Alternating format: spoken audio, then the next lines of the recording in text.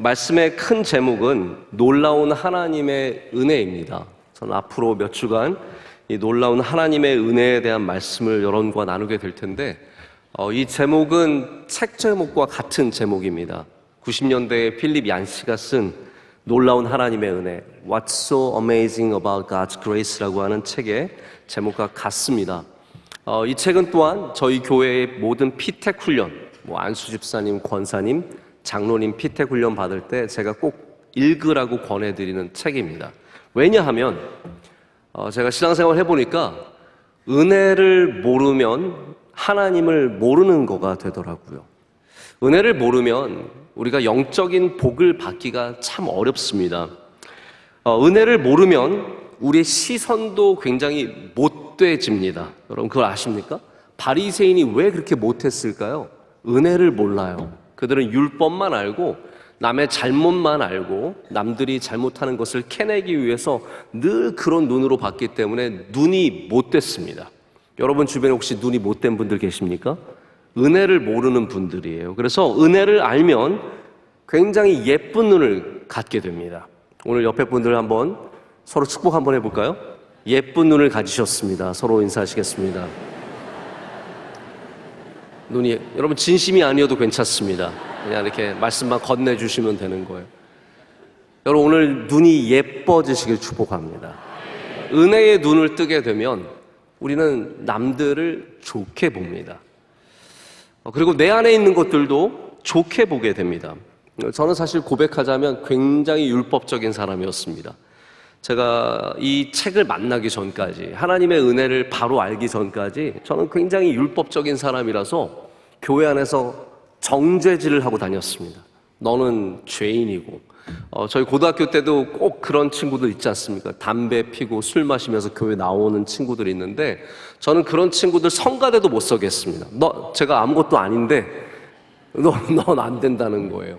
우리 중창단에도 교회 중창단에도 그런 친구들이 있었는데 저희가 다른 교회에 한번 초대받아서 찬양하러 갔는데 제가 너희는 오지 마라. 너는 담배 피고 술 먹는 애가 어떻게 하나님을 찬양하냐? 라고 제가 그렇게 딱 정죄를 하고 못 나오게 했거든요.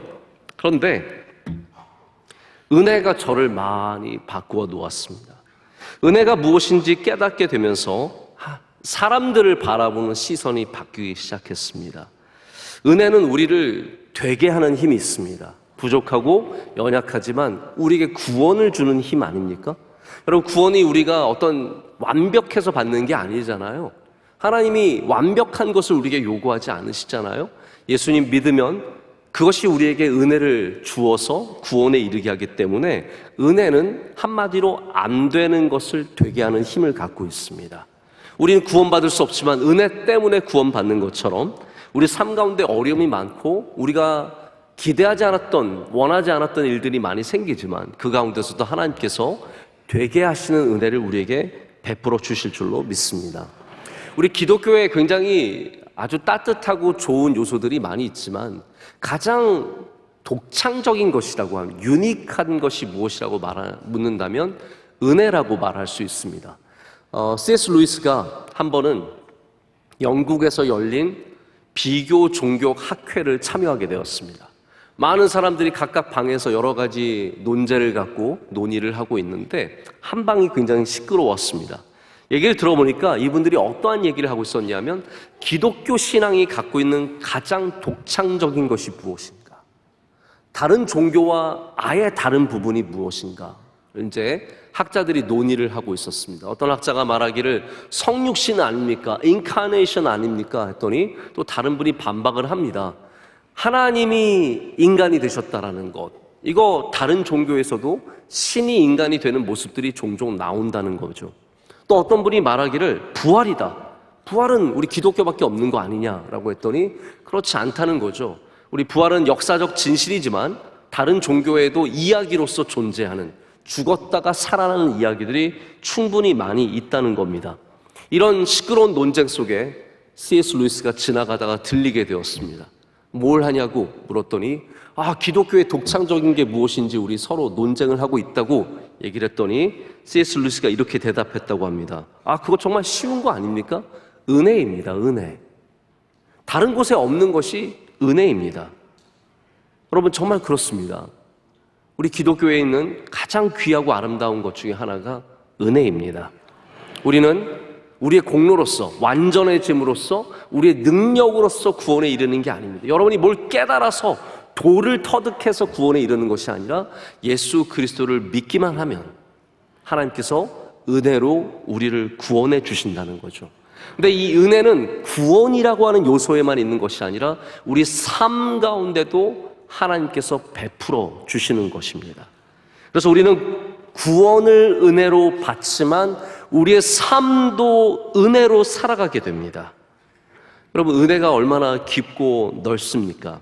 우리가 그 모든 것을 제가 이 모든 은혜에 대한 부분을 말씀으로 다 다룰 수 없겠지만 오늘부터 우리 되게 하시는 하나님의 은혜를 생각하면서 차근차근 하나씩 은혜에 대한 은혜 받기를 간절히 소망합니다. 오늘 말씀은 바울과 또 이 말씀 사도행전을 기록한 누가가 함께 압송되어서 로마로 가는 길 가운데 풍랑을 헤쳐나가는 이야기의 한 부분입니다. 27장부터 시작된 이 풍랑 이야기는 아주 상세하게 적혀 있고 아주 흥미진진하게 적혀 있어서 여러분이 마치 27장과 28장 중반부까지 읽어보시면 아주 흥미로운 여행기를 읽는 듯한 그런 느낌이 들 정도로 굉장히 다이내믹하게 말씀이 적혀 있습니다. 이 말씀의 진실 여부를 여러 학자들이 연구를 해봤습니다. 한 분은 19세기 중반에 멜리데, 이 멜리데라는 섬은 지금 지중해에 있는 몰타라고 하는 섬입니다. 아주 아름다운 섬이죠. 거기에 직접 가서 몇 년을 머물면서 그쪽 지형들과 그리고 풍랑이 있는 시기들과 여러 가지를 연구하면서 살펴봤는데 이분이 결론을 내린 건 그거예요. 누가는 여러분 아시다시피 의사 아닙니까? 의사인데 바로 뱃사람의 뱃말, 배에서 쓰이는 용어들을 모르는 사람이 풍랑과 배에 일어난 사건을 이렇게 자세하게 적을 수 있다는 것은 이 사람이 분명히 이 사건을 다 경험했기 때문이다 라고 결론을 내립니다. 그래서 이 일은 그냥 만들어낸 이야기가 아니라 실제로 어떤 사람이 봐도 어떤 전문가가 봐도 아주 풍랑에서 일어날 만한 사건들을 적은 실제의 일이라는 것이죠. 바울이 로마로 가다가 유라굴라라고 하는 광풍, 아주 큰 풍랑을 만나게 됩니다. 이 광풍은 배를 침몰시키기 직전까지 몰고 가서 이 배는 모든 기능을 잃어버렸습니다. 그래서 열 나흘, 오늘 말씀 전에 나오는데 14일 동안을 정처 없이 배가 떠 있게 됩니다. 이러다가 배가 깨진다든지 혹은 이게 너무 길어져서 음식을 다 써버리게 되면 다 죽게 될 수밖에 없는 것이죠. 그 가운데 정말 감사하게도 멜리데라는 섬, 나중에 내리고 보니까 알게 된 섬의 이름이 멜리데였죠. 거기에 기적적으로 내리게 되면서 오늘 본문의 사건이 일어나게 됩니다. 근데 우리는 여기서 먼저 한 가지 어려운 점을 만납니다. 왜 하나님의 종이, 왜 하나님께 쓰임받는 사람이, 그것도 또 로마로 압송되어 가는 중에 이런 풍랑을 만나냐라는 것이죠. 여러분의 인생은 왜 풍랑이 있습니까? 예수님 잘 믿고 그리고 교회 열심히 다니고 심지어는 헌금 생활도 잘했는데 우리 삶에 왜 풍랑이 일어날까요? 어제로 제가 알기로는 공식적인 잼버리 대회가 끝났다라고 합니다. 정말 이 많은 고생, 뉴스에도 참 많이 나왔죠? 저는 이 고생하신 분들에게 이 자리를 빌어서 정말 심심한 위로를 전하고 싶습니다. 진짜 고생 많이 하셨습니다. 잼버리가 여러 가지로 어려웠지만 그 중에 하나가 뭐였냐면 태풍 때문이었습니다. 이 카눈이라고 하는 태풍, 뭐 티눈도 있는데 별의별 눈이 많은데 왜 카눈이 우리나라를 덮쳐가지고 이 태풍이 우리나라를 관통했습니다. 제주도부터 시작해서 쭉 올라와서 우리나라를 다 관통해서 지나가는 태풍이 와서 정말로 힘들었어요. 그런데 이구동성을 하는 말이 뭐냐면요, 관계자분들이 하시는 말이 몇십 년 동안 8월 초에 이런 태풍이 우리나라를 덮친 적이 없다고 합니다. 그렇기 때문에 이분들은 잼버리를 준비하면서 태풍이 올 거라고는 생각도 안 해본 거예요. 당연히 안 올 것이라고 생각을 했는데 몇십 년 만에 이런 태풍이 오고야 말았습니다. 한마디로 재수 없었다는 거죠. 운이 안 좋았다는 겁니다. 근데 여러분, 태풍이 오면 잼버리 다 접어야 할까요? 태풍이 오면 우리 인생을 접어야 할까요? 태풍이 오면 우리의 결혼 생활 접어야 할까요? 태풍이 오면 우리 교회 생활 다 접어야 할까요? 아니라는 겁니다. 여러 기관들이 힘을 합치고 기업들도 나서고 교회들도 숙소를 제공하면서 힘을 보태면서 우리가 잼버리를 어제 그래도 잘 마칠 수 있지 않았습니까? 되게 하는 것. 여러분, 이거 참 중요한 문제입니다. 태풍이 와도 되게 하는 것.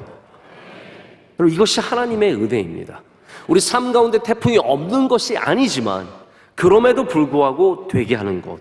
이것이 주님께서 주시는 은혜의 힘입니다. 여러분, 여러분의 인생에 태풍이 와도 하나님께서 여러분을 되게 하실 줄로 믿습니다. 바울은 어느 정도 풍랑이 있을 것을 예상했습니다.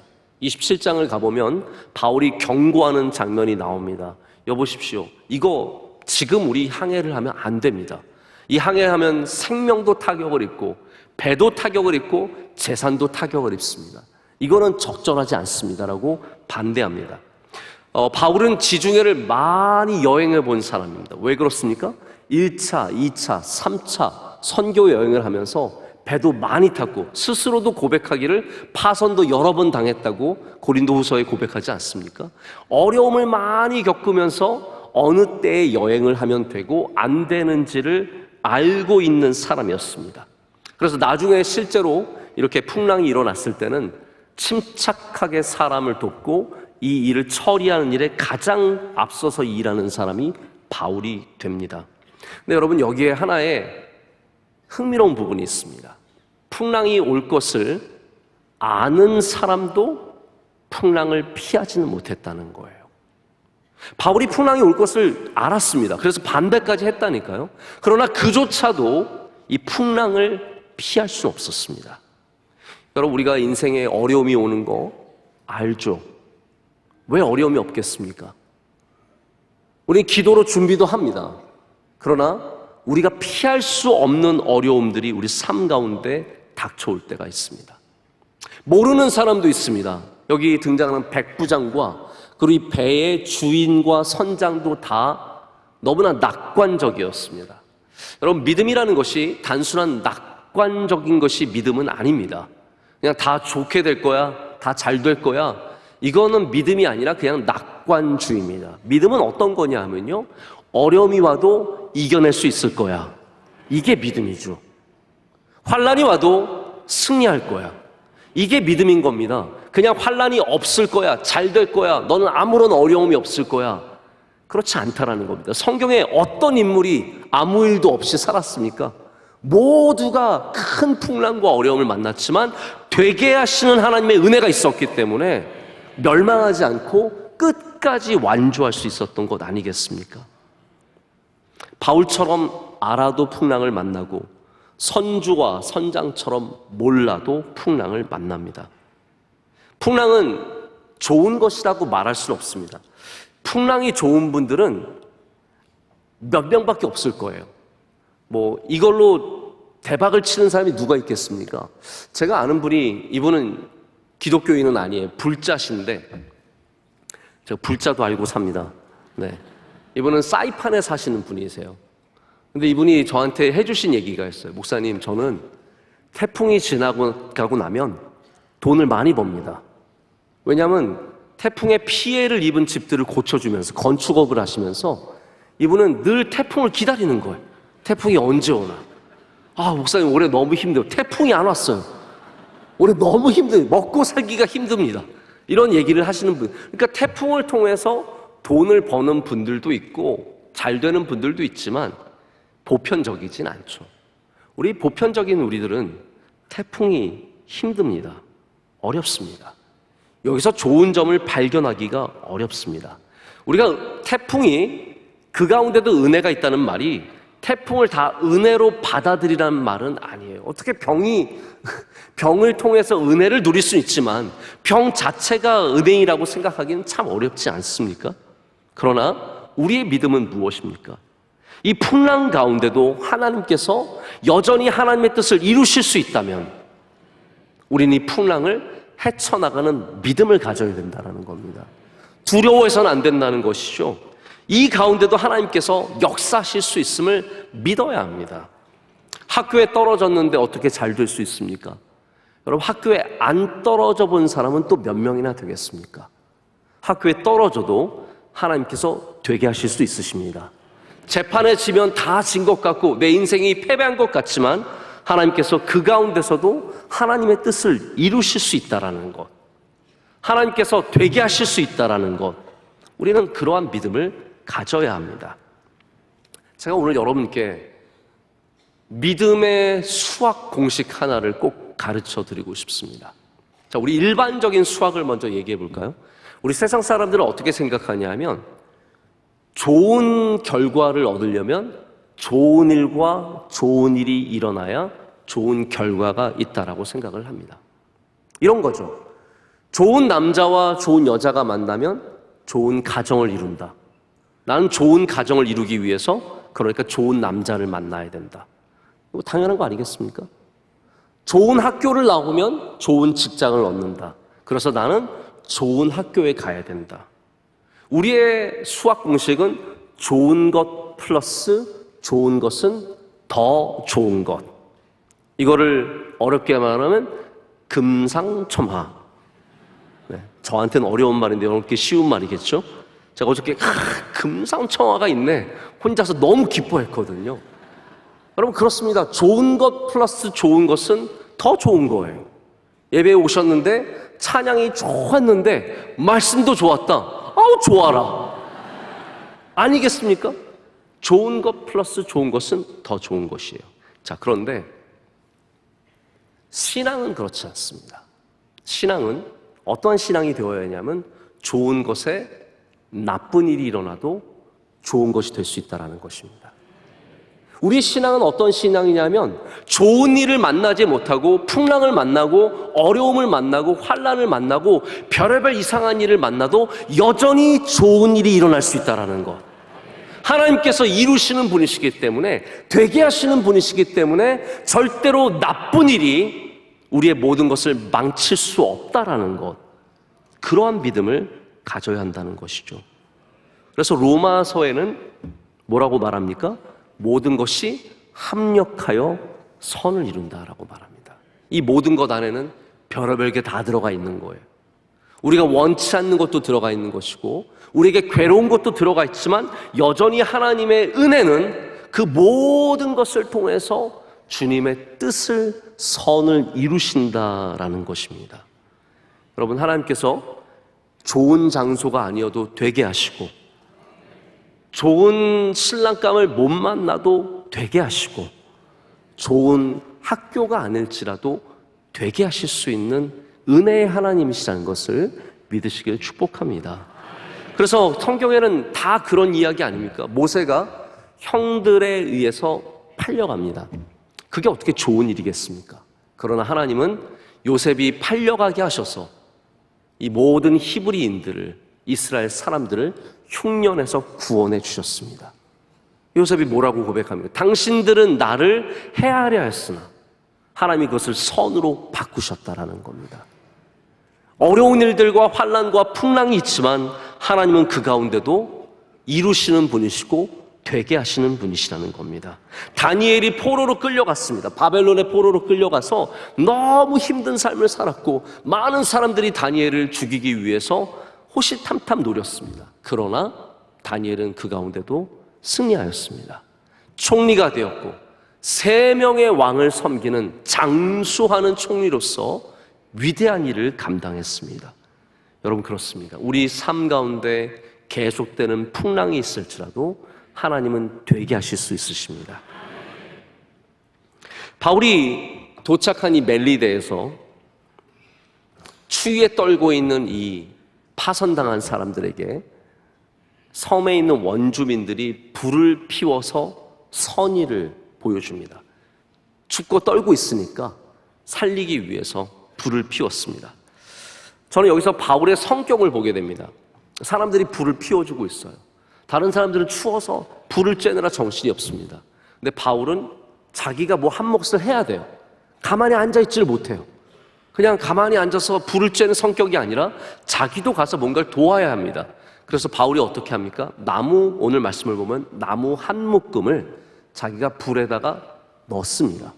근데 불에 넣는 중에 독사가 마침 나무 한 묶음 속에 있었나 봐요. 독사가 거기서 나오게 됩니다. 그냥 같이 불구덩이에 들어가서 구워져서 맛있게 먹으면 되는 건데 이 독사가 튀어나오면서 바울의 손을 물고 매달려 있습니다. 이 상황이 어떤 상황이냐면 물린 상태에서 오래 있었다는 말이에요. 독사였습니다. 사람들이 그것을 어떻게 봤습니까? 이 배에는 다양한 사람들이 있었는데 그 가운데 죄수들이 있었습니다.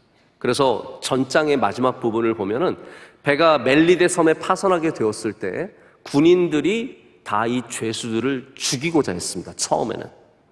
그러나 바울을 비롯한 여러 사람들을 생각해서 백부장이 죽이는 것을 반대하죠. 정말 바울은 몇 번 죽을 뻔했는지 모릅니다. 자, 배 때문에 죽을 뻔했죠. 죄수 죽이는 바람에 죽을 뻔했죠. 독사에 물려서 죽을 뻔했죠. 이 죽는 고비를 이 가운데 몇 번을 넘기는지 모릅니다. 그 가운데 사람들이 뭐라고 비난하냐 하면요, 자, 저 사람 살인자다. 배에서 파선에서는 어떻게 바다에선 살아남았을지 모르지만 결국은 심판을 받는구나. 이제는 독사에 물려 죽게 생겼구나 라고 사람들이 비난하게 됩니다. 여러분, 여기서 우리는 또 다른 어려움, 또 다른 사람의 풍랑을 만나게 됩니다. 바다의 풍랑만 있는 것이 아니라 우리 인생에는 사람의 풍랑도 있습니다. 사람들이 우리를 비난하고 오해하고 우리를 끊임없이 몰아칠 때 우리는 정말로 끝이다라고 생각하기가 쉽습니다. 예수님께서 오해를 받으셨습니다. 근데 예수님은 그 오해로 죽지 않으셨습니다. 여러분, 우리가 오해를 받아도 오해로 죽으면 안 됩니다. 비난을 받아도 비난으로 죽으면 안 됩니다. 왜냐하면 하나님께서 주님의 뜻을 이루시기 때문에 우리는 오해를 받고 비난을 받아도 그 가운데 하나님이 이루실 것을 바라보며 살아남아야 합니다. 바울이 살아남자 오히려 사람들은 또 다른 오해를 합니다. 신이구나. 여기에 우리의 신이 있구나 라고 생각을 하게 되죠. 여러분, 이 세상에 오해의 풍랑이 얼마나 많습니까? 신문을 펼쳐보십시오. 다 오해와 비난으로 뒤덮여 있습니다. 뉴스를 켜보십시오. 사람들의 이야기를 들어보십시오. 다 오해와 비난으로 가득합니다. 그 가운데 우리는 당연히 오해받을 것을 알아야 합니다. 이 세상 사람들이 여러분을 어떻게 다 이해해 주겠습니까? 모두가 오해하는 곳에서 오해로 죽으면 안 됩니다. 예수님께서 오해를 품고 십자가에 죽으셨을 때 하나님께서 예수님을 죽음 가운데서 다시 부활시켜 주셨습니다. 할렐루야. 그렇기 때문에 우리도 오해가 있다면 예수님과 같이 그 마음으로, 우리의 마음으로 십자가에 달려 죽는 마음으로 가야 합니다. 그러면 하나님께서 반드시 살려주십니다. 내가 오해에 의해서 스스로 죽으면 안 됩니다. 다만 십자가에 매달려야 합니다. 수많은 운동선수들과 연예인들과 공인들이 이런 오해 때문에 괴로워하고 약을 먹고 심지어는 목숨을 끊기도 합니다. 여러분, 은혜를 아는 사람은 그래서는 안 됩니다. 은혜는 힘이 있습니다. 오해 가운데도 주님의 뜻을 이루고 회복시켜 주시고 또 하나님께서 반드시 되게 하실 줄로 믿습니다. 자, 성경에는 되게 하는 역사가 되게 많이 나옵니다. 엄청 많이 나옵니다. 정말 수많은 이야기들이 있지만 나만 장군의 이야기를 잠깐만 생각해 볼까요? 나만 장군이 나병에서 나은 것은 진짜 기적이라고밖에 말할 수가 없습니다. 왜냐하면 안 될 만한 요소가 너무 많았는데 되게 하는 은혜의 힘이 정말로 컸기 때문이에요. 왜냐하면 나아만 장군이 이 아람이라고 하는 국가의 군대 장관이지 않았습니까? 이분이 나병에 걸렸는데 마침 그의 집에 어떠한 사람이 있었냐면 나아만 장군의 부하들이 이스라엘의 원정을 갔다가 잡아온 이스라엘 여종이 한 명 있었어요. 이건 또 무슨 가능성입니까? 어떻게 하다가 보니까 여종을 잡아왔는데 그 여종이 믿음 있는 사람인 거예요. 하나님 경외하는 사람인데 엘리사에 대해서 잘 알고 있었습니다. 그래서 나아만 장군의 나병을 아니까 이 여종이 뭐라고 말합니까? 장군이시여, 사마리아에 가면 엘리사가 있습니다. 엘리사는 당신을 꼭 낫게 해줄 수 있습니다. 여러분, 이 여종의 말 뭐 들을 게 있다고 대단한 약이 있다고 듣겠습니까? 근데 나아만 장군이 이 이야기를 듣고 아람 왕에게 가서 왕이시여, 제가 병이 낫기 위해서 이스라엘에 가야 합니다 라고 했더니 왕이 나아만 장군을 위해서 편지까지 써줍니다. 그러니까 안 맞으려면 하나도 안 맞을 수 있는 것이 맞게 되니까 다 맞아 떨어지는 거예요. 그래서 나아만 장군이 결국은 이 요단강에 가서 7번 몸을 씻음으로 말미암아 나음을 얻게 됩니다. 여러분, 이 이야기를 종합해 보면 되게 하시는 하나님의 은혜가 있는 거예요. 이스라엘 여종을 보내주시고, 그리고 그 말에 귀를 기울이게 하시고, 모든 길을 열어주셔서 되게 하신다라는 겁니다. 여러분, 하나님의 역사가 그렇습니다. 여러분의 삶 가운데도 하나님께서 되게 하시는 역사를 주실 줄로 믿습니다. 우리는 되는 일도 있고 안 되는 일도 있고 어려운 일들도 있고 말도 안 되는 힘든 일들도 있지만 하나님께서 놀랍게 역사하시면 그 가운데 우리는 되는 일들을 만나게 됩니다. 그래서 안 될 것 같은데 되는 게 은혜입니다. 내가 의도하지 않았던 것들, 내가 전혀 계획하지 않았던 것들, 내가 나병에 걸릴 줄 알고 이스라엘 여종을 잡아와야겠다, 이게 아니라는 거죠. 전혀 계획하지 않고 생각해보지 않았던 모든 곳에서 합력하여 하나씩 하나씩 주님의 은혜 가운데 퍼즐이 맞춰지면 나중에 우리가 그것이 정말로 아름다운 그림인 것을 보게 됩니다. 이것을 은혜라고 하는 겁니다. 수십만 명의 이스라엘 노예들이, 히브리인들이 어떻게 애굽을 탈출할 수 있습니까? 10명만 탈출하는 것도 쉽지 않은데 이 수십만 명이 절대 강대국인 이집트에서 어떻게 그 철저한 감시와 위대한 군사력을 뒤로 하고 도망칠 수 있겠습니까? 그러나 군대가 쫓아오고 병거들이 쫓아왔지만 이 수십만 명이 안전하게 애굽을 다 탈출합니다. 안 될 것 같은데 되는 겁니다. 안 될 것 같은데 하나님께서 되게 하시는 겁니다. 우리 명성교회가 43년 전에 이곳에 세워질 때 여기는 안 되는 것 투성이었습니다. 아마 그때 우리 교회를 80년대 처음 나오신 분들 가운데는 안 돼서 여기 오신 분들도 굉장히 많이 계실 거예요. 늘 그런 얘기를 저는 많이 들었습니다. 다 안 돼서 여기까지 왔노라고. 근데 안 됐는데 지금은 어떻게 됐습니까? 잘 되지 않았습니까? 안 되는 가운데 하나님께서 은혜를 주셨습니다. 우리 동네 버스 종점이었고요, 많은 지역들이 그린벨트에 묶여 있었습니다. 여기가 이렇게 개발될 거라고는 아무도 생각하지 않았습니다. 저도 초등학교 2학년 때 우리 부모님을 따라서 명일동에 와서 개척교회 하는데 처음에 집에 들어가는데 너무 기가 막히더라고요. 그래도 우리 해안교회 있을 때는, 망월동에 있었을 때는 집이라도 있었는데 여기는 교회에 판자를 치고 스티로폼 위에서 다 같이 잤습니다. 제가 2학년이었는데 그날 밤에 잠이 잘 안 오더라고요. 우리가 여기서 어떻게 살아야 할까? 우리가 이 교회가 될까? 걱정이 많이 되더라고요. 바깥에 나가봤더니 완전히 허허 벌판이에요. 다 싹 다 벌판이었습니다. 여기 완전 아무것도 없는, 풀밖에 없는, 이 모든 아파트 있었던 자리는 다 풀이고 숲이었고 산이었습니다. 거길 다니면서 우리 명성교회는 어떻게 될까? 정말 여기가 될 수 있을까? 얼마나 어린 마음에 제가 걱정이 되고, 그리고 다들 철야기도 한다는데 우린 새벽 기도를 한다는 거예요. 저는 그때 아버지께 조언을 한번 해드리고 싶었어요. 우리도 철야해야 한다. 다른 교회 다 철야하는데 왜 새벽 기도를 하냐? 우리 도시인들에게 새벽 예배가 뭐가 맞습니까? 근데 새벽 예배를 그때 막 4시, 5시 그렇게 드리지 않았습니까?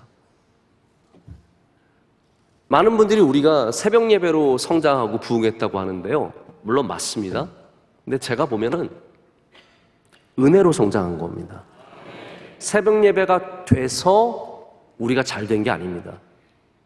안 되는 걸 해도 되게 하시는 하나님의 은혜가 있었기 때문에 여기까지 온 것 아니겠습니까? 우리가 성소병원을 인수했을 때 선교사님들이 세운 그 병원이 망하게 생겨가지고 그래서 저희가 인수했을 때 안 되는 이유 투성이었습니다. 에티오피아 병원 우리가 하는데 지금도 안 되는 이유가 한없이 쌓여 있습니다. 우리가 아무리 돈을 가져도 돈도 쓸 수 없는, 다 외환이 막혀 있고 끊임없이 보내야 하는 이 어려운 상황이지만 저는 분명하게 믿습니다. 하나님께서 되게 하실 줄로 믿습니다. 안 되는 삶 속에서, 풍랑이 있는 삶 속에서, 독사가 나를 무는 삶 속에서, 사람들이 오해하고 비난하는 삶 속에서 우리는 되게 하시는 하나님을 붙잡아야 합니다. 지금도 하나님의 영은 우리 삶 가운데 안 되는 곳에서 역사하시고 되게 하시는 은혜를 베풀어 주십니다. 그래서 은혜를 아는 사람은요, 좀 여유가 있습니다. 왜 그렇습니까? 모든 일에 일일비하지 않습니다. 왜냐하면 이거는 안 되지만 그러나 하나님께서 다 되게 하실 것을 믿기 때문이죠. 내가 원하는 방향으로 다 틀어지지 않아도, 바로 로마로 가지 않아도, 편하게 여유롭게 가지 않아도, 힘들고 어려운 일이 생겨도 주님께서 반드시 이루게 하실 것을 믿기 때문에 그 믿음으로 말미암아 여유가 있습니다. 말씀을 맺겠습니다. 제가 유튜브에 올라온 영상 하나를 보게 되었습니다. 2021년에 올라온 영상인데 한 마리의 양이 구덩이에 빠졌습니다.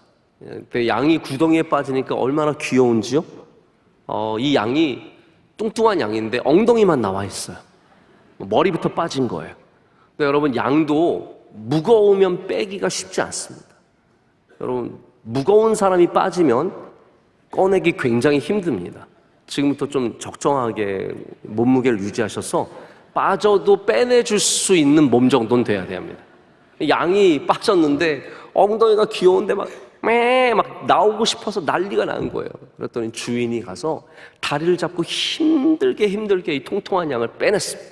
빠지니까 양이 좋아가지고 그러면서 또 팍 뛰어가다가 또 다른 구덩이에 똑같이 빠지는 거예요. 그대로 똑같이 빠져서 엉덩이만 또 나와 있고 사람들이 기가 막혀서 웃으면서 영상이 마칩니다. 근데 저는 그 영상에 달려있는 댓글에 은혜를 많이 받았어요. 이런 댓글이 달려있어요. 다 예수님 믿는 사람들이 글을 썼나 봐요. 두아르테 산토라는 사람은 이렇게 썼어요. 이거는 내 삶의 이야기와 똑같다. 팀워커라는 사람은 이렇게 썼어요. 나와 예수님의 평상시의 관계와 똑같다. 그리고 어떤 사람은 이렇게 썼습니다. 야, 이거 봐. 이래서 예수님이 우리를 양이라고 부르는 거야. 또 빠지고 또 빠지고 또 빠집니다. 여러분, 은혜는 무엇입니까? 우리가 빠질 때마다 주님께서 건져주시는 것이죠. 은혜를 아는 사람은 그렇기 때문에 내가 빠져도 주님께서 건져주실 것을 믿는 사람들입니다. 여러분, 우리의 삶에 얼마나 구덩이가 많고 얼마나 풍랑이 많고 어려움이 많습니까? 그러나 하나님께서 반드시 건져주시고 우리를 인도하시며 되게 하실 줄로 믿습니다.